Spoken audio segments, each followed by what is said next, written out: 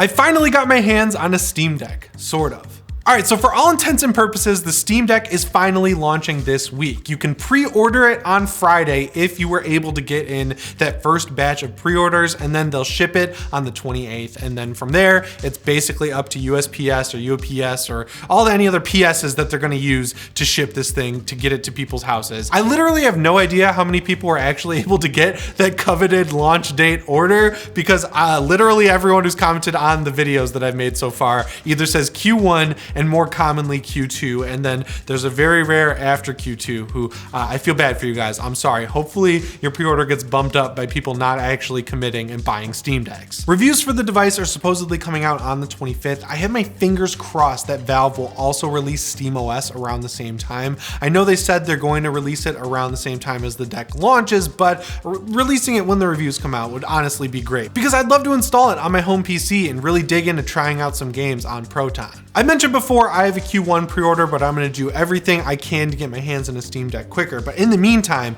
I downloaded the STL files from Valve that they officially released for people who want to make a case or just hold the Steam Deck in their hands, and I 3D printed one, and boy does it feel great. My first impressions are really positive. I was honestly kind of worried about this thing just because of the sheer size and heft of it. Obviously this is a much lighter version of the Steam Deck. It's going to be a lot heavier in the hand when I have the official device, but this has all the buttons in the places they're supposed to be. The scaling is exactly right, and I don't know what else to say, really. It feels great in the hand. I'm gonna be real though, the only thing that immediately felt weird to me is these buttons on the grips. I don't know what to call them, like the Joy-Con grips, like what do you call this? Like where your middle and your ring finger rest on the controller. I have the Xbox Elite Controller Series 2, and that's what I use to play Destiny 2 at home all the time, and I have the jump and reload buttons mapped to those back paddles. I actually removed 2 of the back paddles because I noticed that my middle finger was always hitting them, and just based on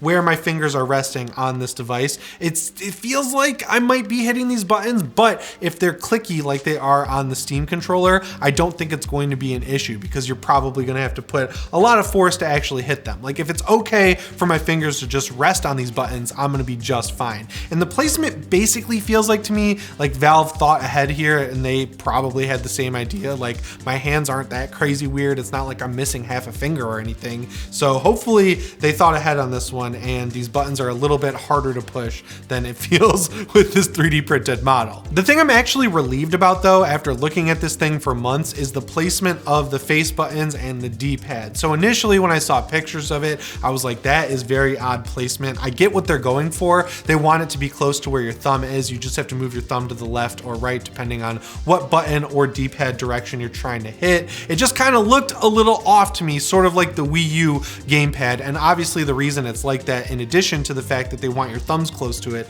is because they've got these 2 huge touch pads right here flanking the screens. But now that I have it in my hands, honestly, buttons not that hard to reach. I tried to get every D-pad angle. I tried to hit every face button. The only one that kind of feels a little bit weird is the Y button, or triangle, for you PlayStation fans out there. It's just like a little too close to the X button and the start button, but I think I'm gonna get used to it the more I'm actually playing on the real device and not just this 3D printed model that I have here in my hands. And going back to the touchpads, the placement of these bad boys is perfect. My thumbs are not hitting them at all when I'm trying to move these very solid joysticks that don't move at all. Actually, I just heard it crack when I touched it, so I'm not gonna do that anymore. But yeah, I thought maybe the like bottom skin of my thumb would kind of rub on the touchpad and activate it, but so far, just from like moving my thumbs around on the model, it's perfect. It's exactly how I was hoping it would be and not how I thought it would be, which is badly placed. Another point that's positive is the speaker placement. That's another area where I thought my thumbs might cover up the little speaker grills, but no,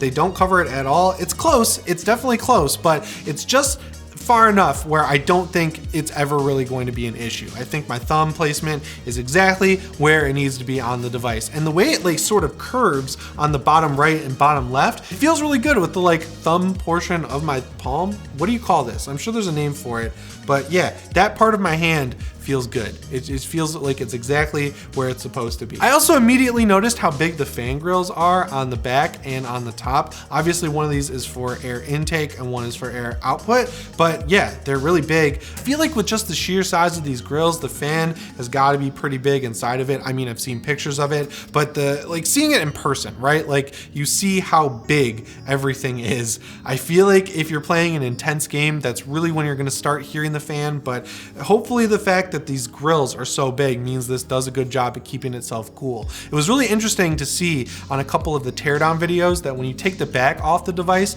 that actually messes with the thermals of it. Like it makes it run hotter without the back on because of the airflow being disrupted. So yeah, I'm glad that there's more engineering going into this thing than the Aya Neo Next, which broke after 2 days of using it. I ended up grabbing a Switch OLED when those came out so I could play Metroid Dread on an OLED screen. And the thing I'm noticing is immediately much better here on the Steam Deck is the volume up and volume down buttons are raised. Even the power button on the Switch OLED is hard to hit if you have a bad habit of biting your nails like I do. You never really feel like you're pressing it. You feel like you're mushing it down with the skin of your finger. It's not very good of a feel for a device. So yeah, having the buttons raised here on the Steam Deck is awesome. The power button also is kind of big. Like they're taking advantage of the fact that the Steam Deck is a very tall device and giving you a nice big power button that you can definitely hit with your finger, and it's not in the way, right? Like you're not going to be hitting R1 in like Halo or something like that and then being like, oh no, I hit the power button and I put my device to sleep. This sucks. Now I'm disconnected from the game. It's definitely, there's enough clearance there for that to never happen.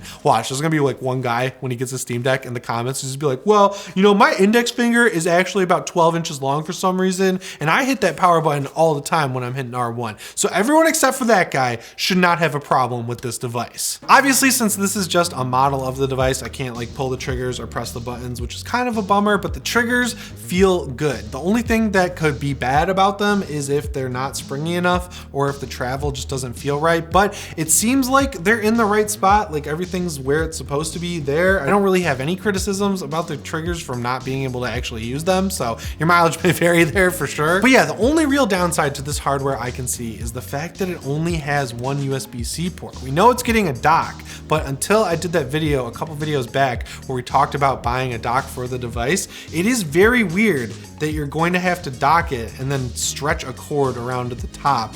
And then hopefully the dock has a few more ports on the back. I don't know, it just kind of seems a little inelegant. I know it's definitely for the cost cutting on this thing. They're obviously taking a huge loss on these bad boys. Was actually probably a noticeable difference on paper when it comes to cost. I can't fault them too much, but that's something if and when they do make a Steam Deck 2, I want to see a second USB-C port. All right, so to really show off how big this thing is, I brought some other devices with me. I've got a Nintendo Switch, the Animal Crossing edition. I've got a PlayStation Vita Revision 2, and I have a Mandalorian Advent Calendar minifigure Lego with a little Grogu in the back, and I have this 1977 Jawa from Kenner, and he's like also very small. So let's start out with the biggest device here first. I have the Nintendo Switch. Here it is next to the Steam Deck. Here it is on top. It is definitely smaller. It's definitely a smaller device, but I will say this thing, the Steam Deck, much more comfortable in the hand. You know, the Joy-Cons are flat on the back. They don't necessarily feel good to hold. As I mentioned, I've got big hands. That thing kind of hurts playing it after a while. And this part of my hand, which you guys are all telling me in the comments what it is,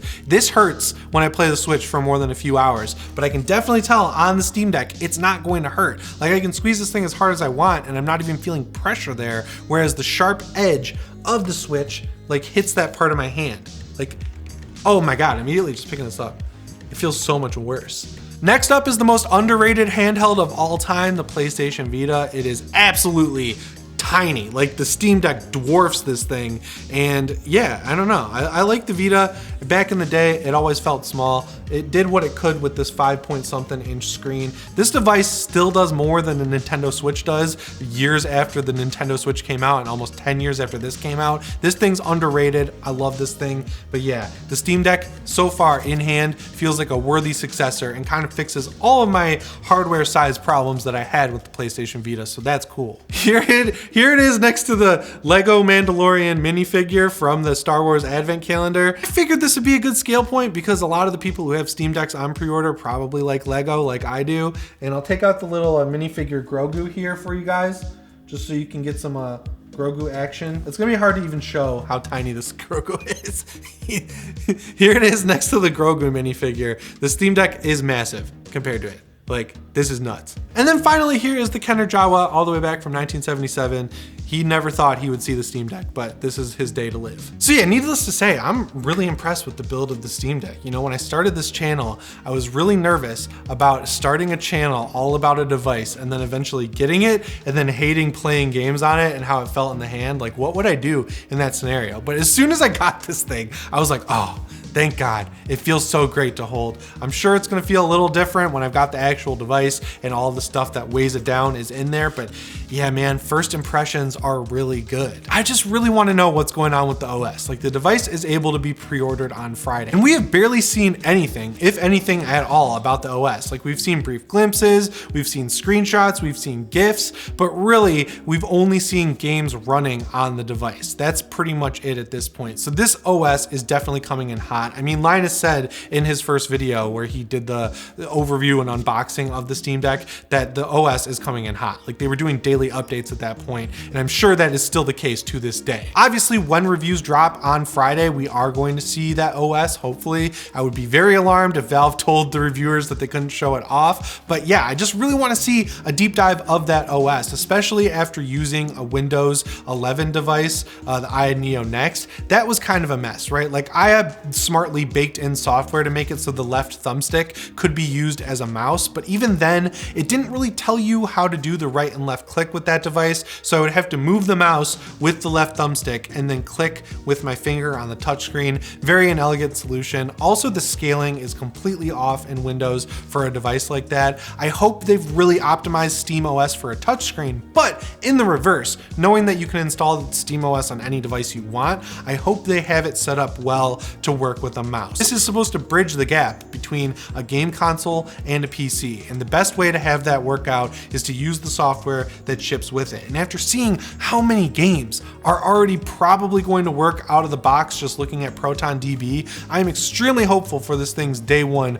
performance. Like, I don't want to overhype myself and be disappointed, but now that I've held it in the hand and it just feels so good, I'm really genuinely excited about this thing. I'm excited to drop down the $400 or $500, depending on which one I get first, to have this thing in my house. I'm so excited. Yeah, guys, that's my little like size comparison slash hardware in hand review of the Steam Deck's 3D printed model. Eventually, I will have a hardware review of the final unit of the Steam Deck, but until then, just subscribe, set your notifications to all, and when you see that video, help me out by clicking on it right away. Let's get those numbers up, boys. Anyway, guys, that's all I have for you today. Thanks so much for watching and helping this channel grow right out of the gate. I really appreciate it. As always, my name is Jimmy Champagne, and I'll see you in the next one. Shape on. I'm just using the Halloween outro on this channel.